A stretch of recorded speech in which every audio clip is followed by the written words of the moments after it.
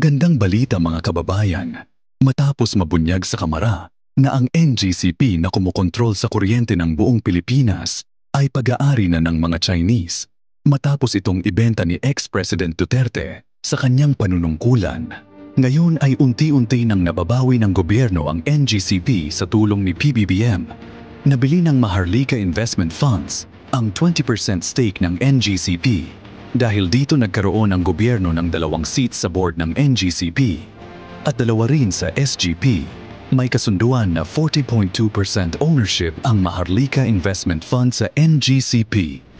Ibig sabihin nito, kunting porsyento na lang ang pag-aari ng mga Chinese at unti-unti nang bumabalik sa atin ang kontrol ng NGCP at kuryente natin. Kung hindi lamang binenta sa mga Chinese, ay wala sanang gantong problema ang pamahalaan. Mabuti na lang at agad umaksyon si PBBM at unti-unti na ito nababawi. Nice move, mahal na Pangulo.